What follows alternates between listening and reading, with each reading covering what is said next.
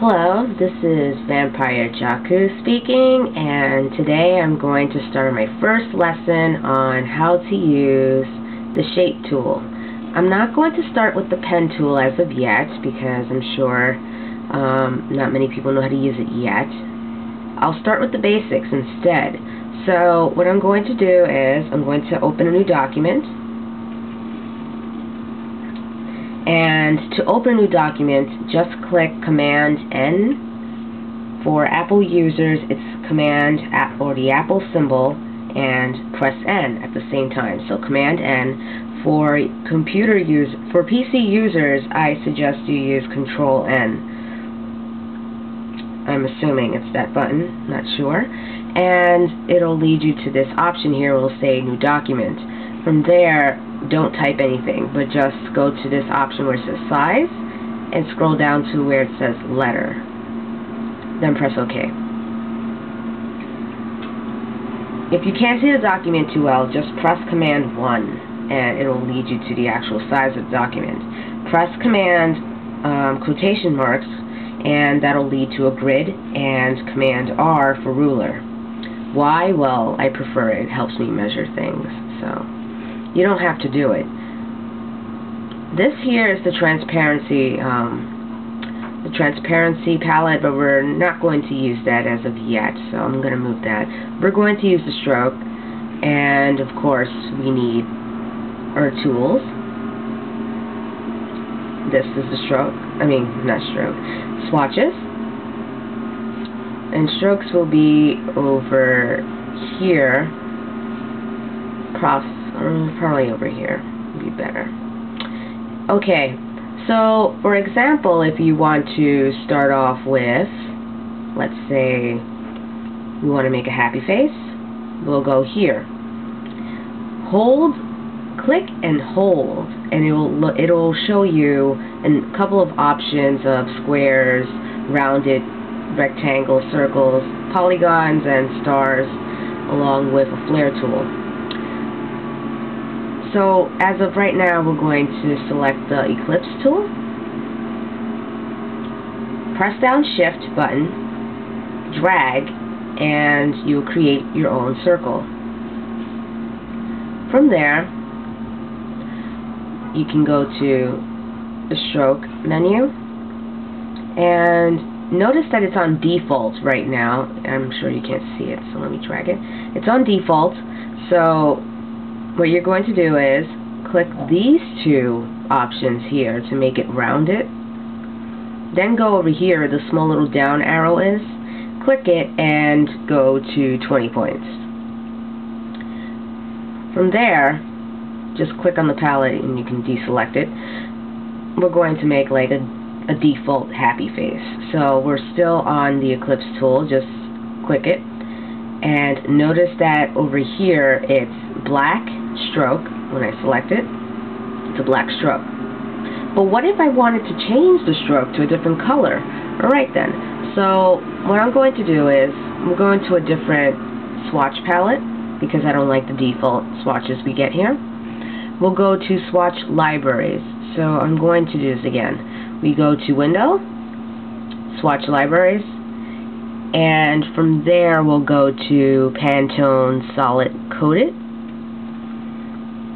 I love Pantones. Even though Pantones is made for print, this is just an example. From there, just click whatever color you want from any color books that you're choosing, or swatch books. And for example, let's say I wanted a brown swatch. Notice that once I clicked it, the swatch is now brown, as so it's shown on this box you see here. But what if I want the face to be a creamy color? I just simply click this box for fill, and I go to, let's just say, this color here. And now the face, well, it has no eyes, but the circle now has a creamy color. From there, let's say I want to give it eyes. What I do is, I change this color by simply clicking here and dragging it, as shown, to this color. So use your mouse or your pen to click and drag into this box, which is known as the fill. get rid of this by clicking None, since we don't need a thick 20-point stroke for the eyes. In order for you to make an oval, just simply click and drag downwards, and you'll have your own little Kirby eyes looking sort of eye. And if you want to duplicate that, hold down the Option button and drag with your mouse or your pen, and you'll have a duplicate. Sorry, I stutter a lot. Okay, so now you have eyes. Now let's say you want to give your character a blush. So we'll go back to the swatch palette, which is over here.